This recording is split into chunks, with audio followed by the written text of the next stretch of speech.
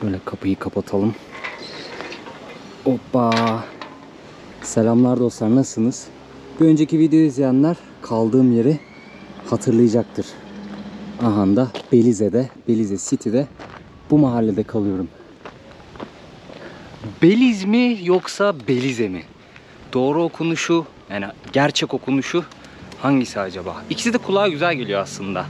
Neyse, ben yazıldığı gibi okuyacağım dostlar. Nasılsınız? Umarım herkesin keyfi ve sağlığı yerindedir. Şöyle Jamaika şapkamı da taktım.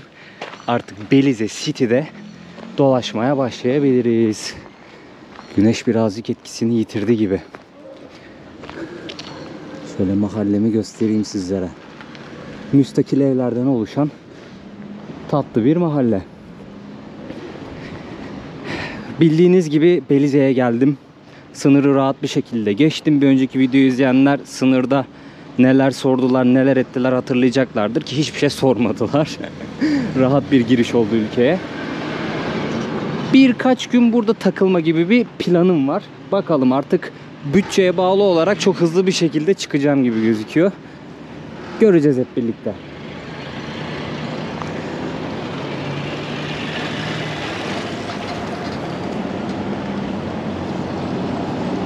Şurası hastane. Bayağı eski püskü ya. Yani terminalden kaldığım yere yürüyerek geldim. Terminal dediğimde Guatemala'dan bir servis ayarladım buraya. Direkt Belize City'ye gelmek istedim. Hani şeyle uğraşmak istemedim. Sınırdan sonra aman otobüs bulayım, para değiştireyim, bilmem ne falan, onunla uğraşmak istemedim. Dedim ki Belize City'ye kadar geleyim. Buradan ATM'den para alırım. İşte değiş tokuş şeyine girmek istemedim yani. Aman sen beni kazıklıyor mu kazıklamıyor mu, o muhabbete girmek istemedim. Dedim ATM'den paramı çekerim, hızlıdan gezmeye başlarım. Öyle düşündüm. O yüzden direkt Belize City'ye geldim ben Flores'ten, Guatemala'dan. Belize City'ye indik. Buraya da bir 2,5 kilometre yürüdüm. Bayağı eski püskü gözüküyordu. Bir önceki videoyu izleyenler hatırlayacaktır. Baksana, hastane bile eski püskü gözüküyor, ufacık. Zaten ana bıcırlara bak. La yerim seni. Hello. Ya ne kadar tatlısınız siz. How are you? Çok sevimliler ya. Orta Amerika'nın kuzeydoğusunda bulunan aşağı yukarı 400 küsür bin nüfuslu bir ülke Belize. Ufak bir yerdeyiz yani, anlayacağınız. Şu an Belize City'deyim. Buranın en büyük şehri. Nüfusuna inanın bakmadım. Yani ülke nüfusu zaten çok az olduğu için yarısı burada yaşıyordur diye düşünüyorum. Çok da önemli değil. Şu hastaneyi göstermek istiyorum size ya. Şöyle hızlıdan geçelim de karşıya. Yani en büyük şehirdeki hastane böyleyse,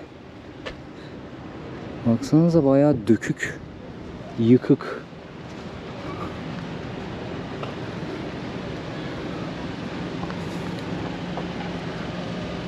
Resmi dili İngilizce buranın. Orta Amerika'da İngilizce konuşan tek ülke. Bunun da sebebi zamanında İngiliz sömürgesi olması. Ama tarihi Mayalara kadar dayanıyor Belize'nin.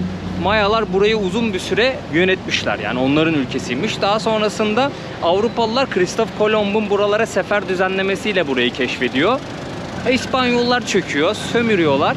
Bu esnada işte Afrika'dan getirdikleri köleleştirilmiş insanları buradaki tarlalarda, plantasyonlarda çalıştırıyorlar. Öyle olunca buranın demografik yapısı değişiyor. Şu an dikkat ederseniz videoda siyahi nüfus daha ağırlıkta. Zamanında Afrika'dan getirilen insanların torunları çünkü. Özgürlüklerini kazanınca burada yaşamaya devam etmiş insanlar. İspanyollardan sonra bir de İngilizlerin sömürge dönemi var. O dönemde Britanya Hondurası olarak geçiyormuş burası. Öyle olunca biliyorsunuz İngilizler gittiği yerde kültürü değiştirir ama en önemlisi kendi dillerini öğretir. Keza İspanyollar da öyle. İngilizler dillerini öğretmişler. Şu an burada İngilizce resmi dil ama ikinci en çok konuşulan dil İspanyolca.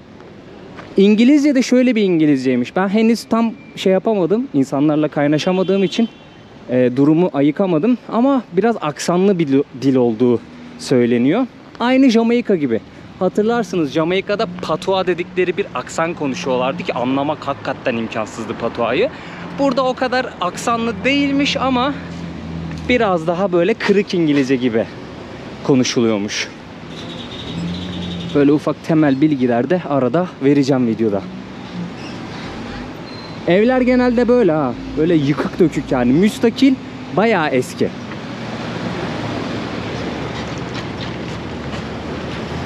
Bu caddenin ismi St. Thomas Caddesi. Şurada da Atlantik Bank var. Ziraat Bankası'na Atlantik Bank'tan komisyonsuz para çekebiliyorsunuz ama Ziraat Bankası kendi kur farkını koyuyor. Kendi komisyonunu alıyor gibi diyebilirim. Tamam. Ne kadar çekelim? Add amount diyor. 250 dedik. 250. Continue diyelim. Checking account. Yes diyelim. Aha verdi lan. Bu kadar kolay olacağını hiç düşünmemiştim. Şey istemedi. Komisyon almadı. Dur bakalım onlar şimdi şey versin de. Verdi vallahi parayı, komisyon da almadı. 250 Belize doları çektim. Aha da şu Atlantik Bank'ta. Ziraat Bankası hiç komisyon almadan çalışıyor. Büyük ihtimalle banka kendi kurunu ayarlıyordur da. İyi, güzel yırttık.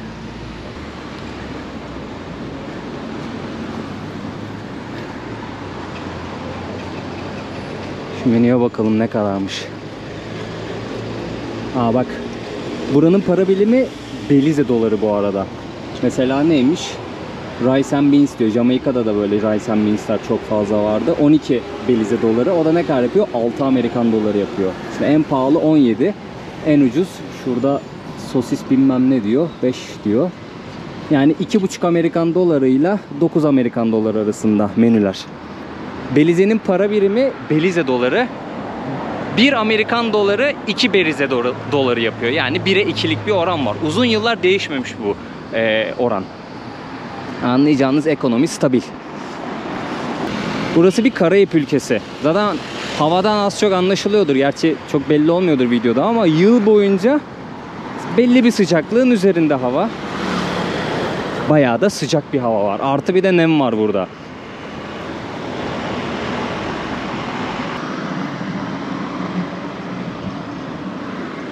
Parçalamışlar arabaları.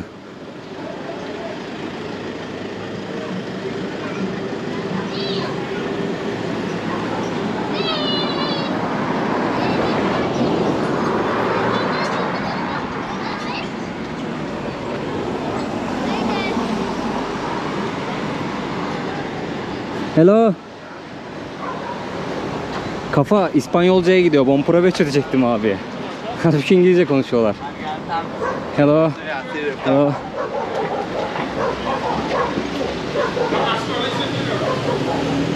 Araba tamiri yapıyorlar burada.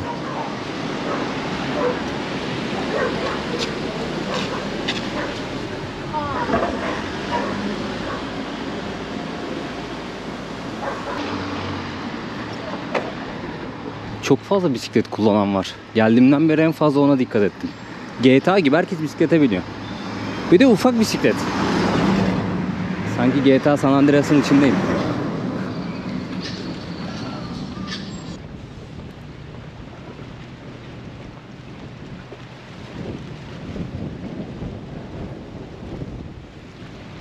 Amca baygın yatıyor. Hoppa şöyle çıkalım buraya. Manzarayı daha güzel görelim. Çok kötü bir koku var yalnız ha. Şu sahil boyunca şu kıyıda bayağı bir çöp var. Büyük ihtimalle koku hem onun yüzündendir hem denizden de geliyor olabilir. İkisinin karışımıdır. Her yer plastik dolu, pislik dolu. Ayıp ya.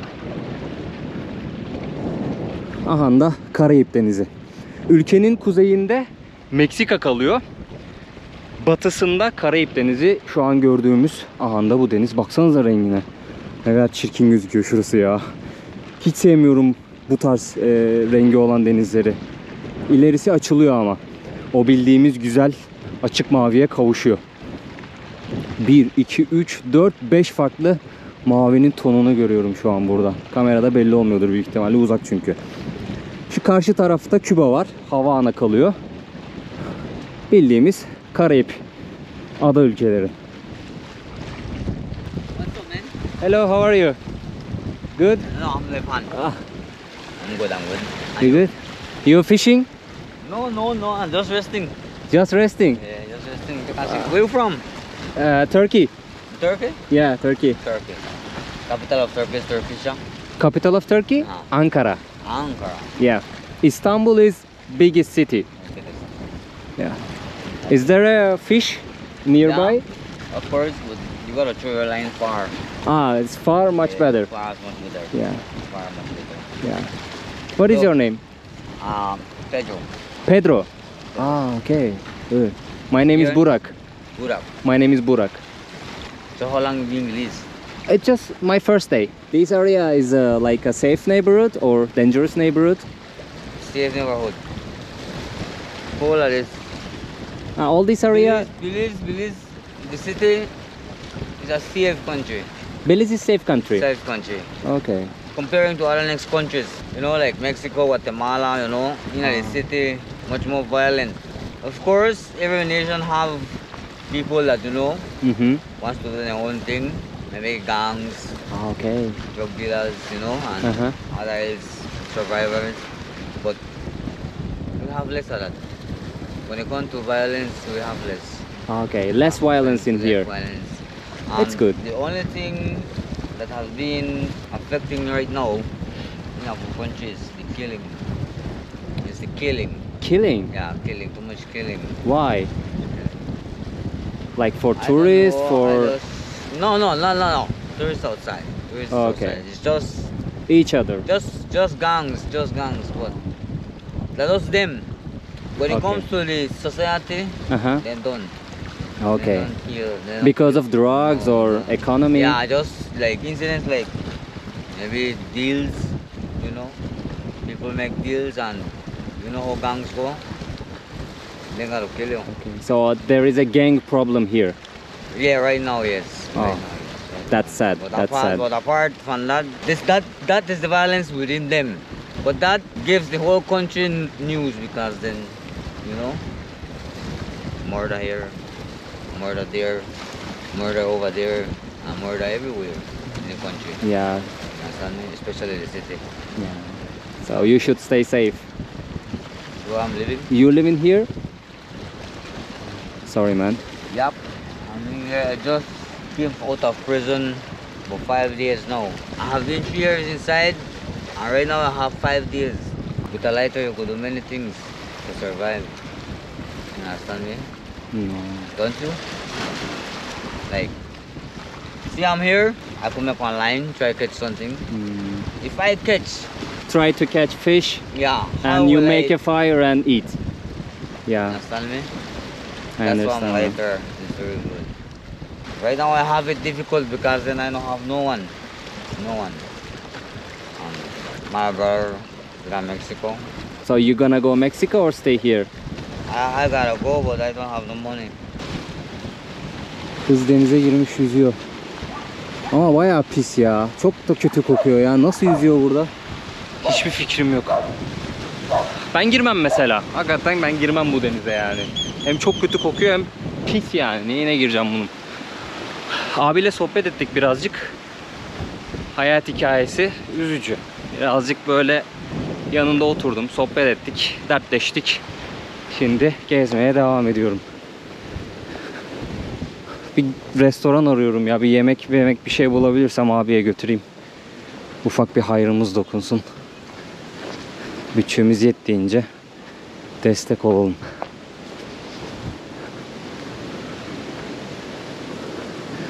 Bu şehrin en büyük problemi bence konaklama, turistler için. Acayip pahalı. Mesela burası belli ki bir otel. Allah bilir kaç paradır. Düşün yani, ben bile mahalle arasında bir yere dünyanın parasını veriyorum. Burayı tahmin bile edemiyorum yani, denizin kenarında. En az 150 dolar falandır yani, en az. Ben konaklama için seçenekleri böyle bir göz gezdirdiğimde En düşük 60-70 dolar arasıydı, vergi dahil. Ama bazı konaklanacak yerler var. Mesela 50 dolar diyor, 25 dolar vergi alıyor. Vergiyi de ödemek zorundasınız bu arada yani. Hani öyle vergiden kaçayım maçayım gibisinden öyle bir düşünceye sahip olamıyorsunuz. O vergiyi de alıyorlar sizden. Bayağı pahalı anlayacağınız. Karayip Denizi. Bir sürü ada var yalnız. Bir sürü ada var. Şu an belki gözüküyordur kamerada birkaç tanesi. Çok fazla adanın olduğu bir ülke burası. Yani turistler buraya şehir için değil, ada için geliyorlar. Çok güzel yerleri var aslında ziyaret edilecek, gezilecek. Hatta dalmak için falan da geliyorlar buraya. Ama bu çalışıyor. Bu kardeşiniz de bir sırt çantalı gezgin olduğu için anca öyle şu ufak çantamı takıp mahalle mahalle yürürüm yani. Yapacağım en fazla budur benim böyle ülkelerde. Deniz fenerine kadar geldim. Thank you so much. Şöyle kendime meyve suyu aldım, portakal suyu. Aa, okay.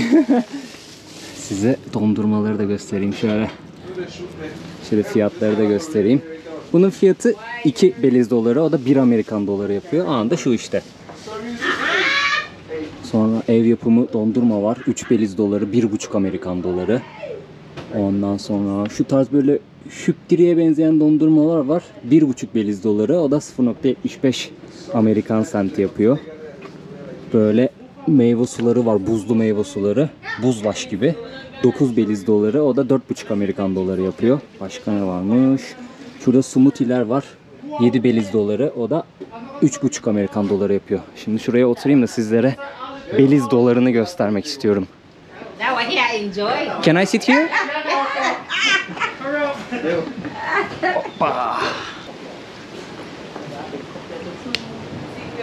Önceden sıkıp hazırlamışlar. Böyle bir şeye koymuşlar.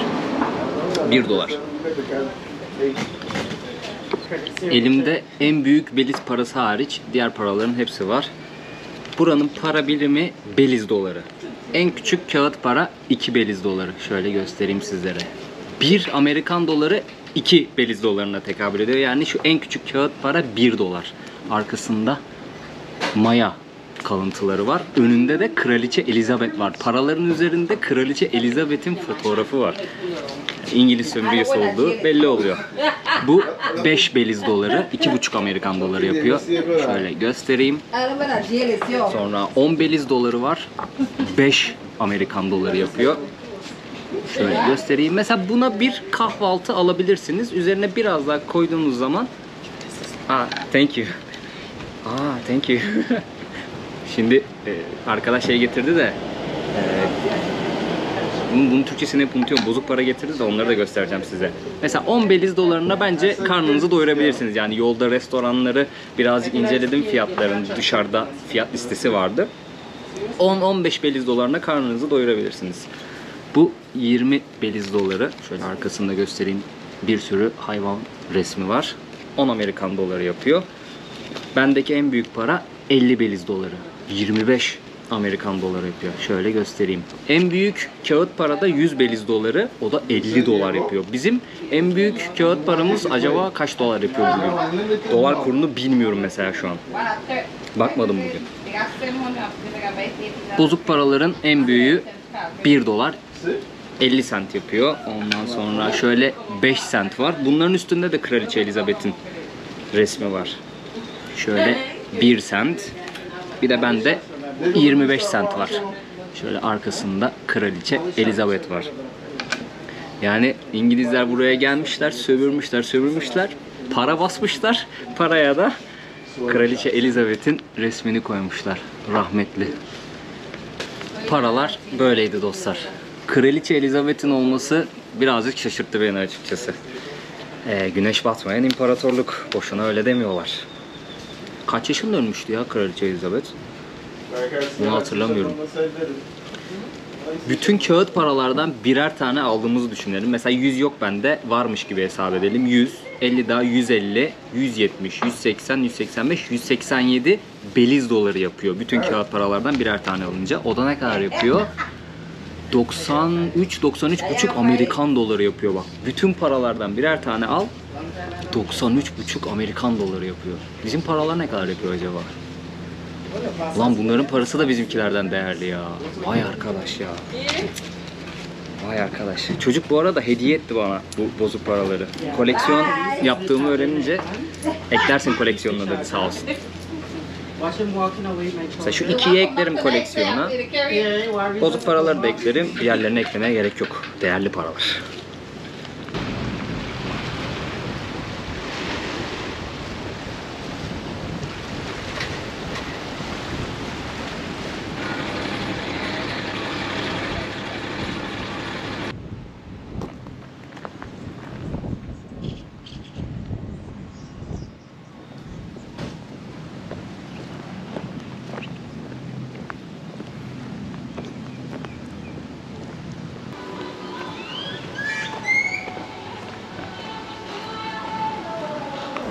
Sorry? This is what we do, man.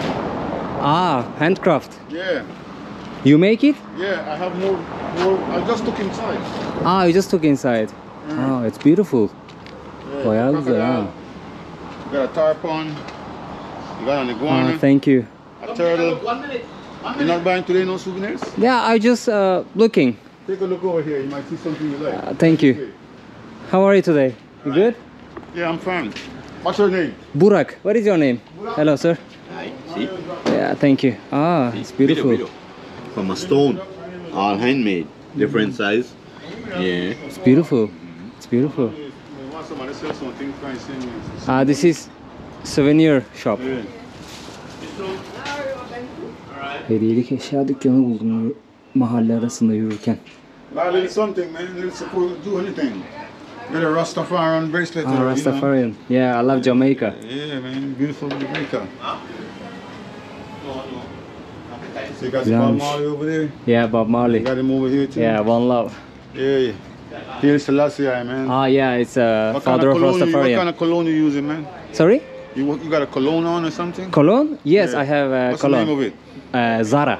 Man, that shit smells good, man. You gotta Thank you so You much. gotta leave that bottle with me, man. Thank you so I much. buy it from you, man. So nice to meet you. I'm just looking for just the first day. I'm walking around. Come Just- back and see me. Yeah, thank you so Before- much. Before you leave, I buy the cologne from you. Ah, okay, thank you. Okay? I'm serious. Have a good day. Thank you. You too. Abiden iltifatı aldık. Parfümü beğendi. Turkey. Yeah, Turkey.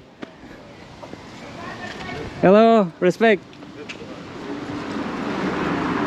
İnsanlar sıcakkanlı, güler yüzlü. Ve anladığım kadarıyla Jamaika'dan buraya gelen, göç eden, burada çalışan, yaşayan insanlar da var. Bir Jamaika kültürü seziyorum. Bir Rastafarian kültürü seziyorum burada.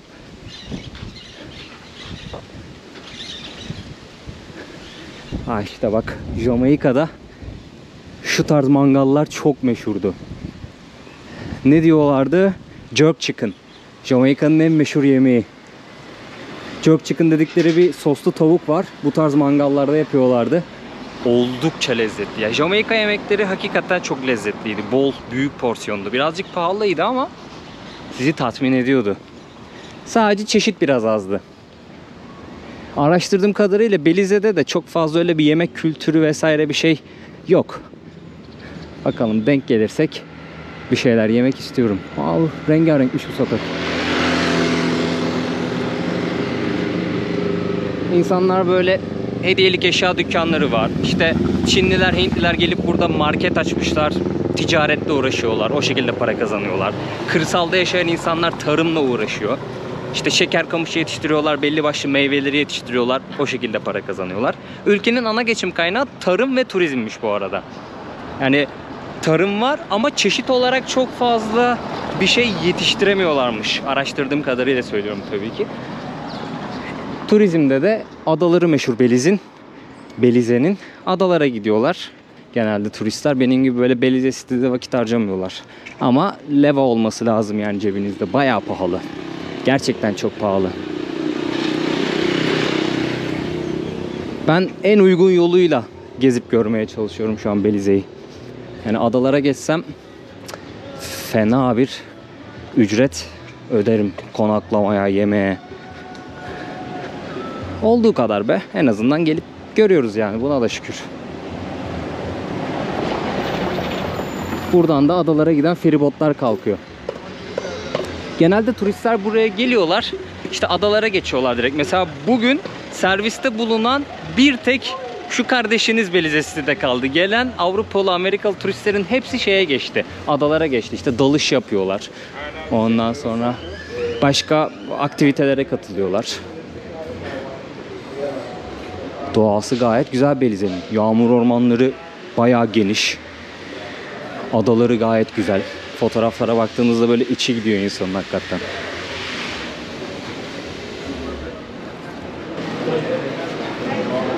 Şuradaki teknelerle gidiyorlar adalara. İrili ufaklı 200 tane adası varmış Belize'nin. Baktığında ufacık ülke, 200 tane adası var. Güzel de para kazanıyorlar adalardan. Bileti de şu içeriden alıyorsunuz. Hello, how are you? Can I have one water, please? Dollar one, right? Sorry? Ah yeah, how much? $1. $1. Bir Belize doları, o da 50 cent. Şöyle marketi de göstereyim size. Thank you. Marketler genelde böyle. Bir şey istemeniz gerekiyor. Yani bakmak isterseniz kafayı uzatmanız gerekiyor içeri doğru. Birçok yerde metalle kaplı, tellerle kaplı. Burada muşambayla çevirmiş. Şöyle ara sokaklara doğru daldım.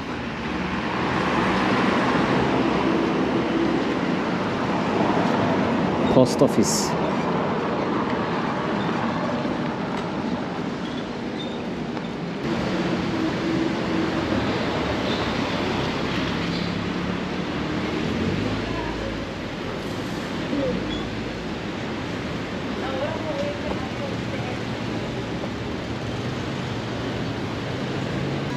Akşam yemeğini burada yerim diye düşünmüştüm ama kapatmışlar. Vallahi içimden geçen pilav, fasulye ve tavuk üçlüsüydü. Hepsi kapatmış. 3-4 tane yer görmüştüm bu üçlüyü satan. Hepsi kapatmış. Neyse. Size Beliz bayrağını göstermek istiyorum. Şöyle altı ve üstü kırmızı şerit var. Ortası lacivert. Lacivertin ortasında da beyaz bir halka var. O halkanın dış cephesinde yaprağı temsil eden böyle bir işaret var. Onun ortasında bir ağaç ve bir arma var. O armanın ortasında da, yani iki yanında da bir beyaz adam, bir de siyahi bir adam var. Dünya üzerinde bayrakta insan bulunan tek ülke Beliz. Ama bir an cümleyi kuramadım. Yani bayrağında insan olan tek ülke Belize. Beyaz adam beyaz adamı temsil ediyor. Siyahi olan da Afrikalı insanları, köleleştirilmiş insanları temsil ediyor diye düşünüyorum. Bu fikir yürütme. Ama bu toprakların asıl sahibi Mayalar bayrağa girmemiş. Birazcık tuhaflık var bu işte. Havayı da ufak ufak kararttık. Ya yeme işini biraz dedim hani geç vakite bırakayım, akşam yemeği olarak yiyeyim dedim. Her yer kapanmış ya. Mecbur fast food yiyeceğiz. Yapacak bir şey yok. Şu ileride bir fast food restoranı vardı. Oraya gidiyorum şimdi. Şöyle bir fast food dükkanı var. Gacho isminde bir şey söyledim. Bildiğin bizim burrito çıktı ya. Gerçi burrito da var menüde ama biraz daha farklı yapıyorlar herhalde. O yüzden gacho diyorlar buna. Bildiğin dürüm. Tadına bakalım. Tavuklu söyledim ben. İçerisine ne sürmüş? Şey sosu. Fasulye sosu sürmüş. Bir de tavuk parçaları var. No, one gacho extra cheese, two regular, Güzelmiş. no sauce. Sevdim. Şöyle. Neyse, neye niyet neye kısmet. Vallahi içimden geçen başka bir şey yemekti ama demek ki geç vakte kalmamak gerekiyormuş. Bunun fiyatı 3 Belize doları, o da 1,5 Amerikan doları yapıyor. Bu videoluk bu kadar olsun dostlar. Güzelce gezdik, dolaştık. İlk gün videosu, öğrendiğim bilgileri sizlerle paylaştım. Umarım keyif aldınız. Bir beğeni, bir yorum atarsanız çok sevinirim. Abone olursanız ve bildirimleri açarsanız çok sevinirim. Videolardan haberdar olmuş olursunuz böylelikle. Bana afiyet olsun. Bir sonraki videoda görüşmek üzere diyeyim. People like It's got cheese, right spin. She said, but their belly, I say yes, but I say no. Gacho.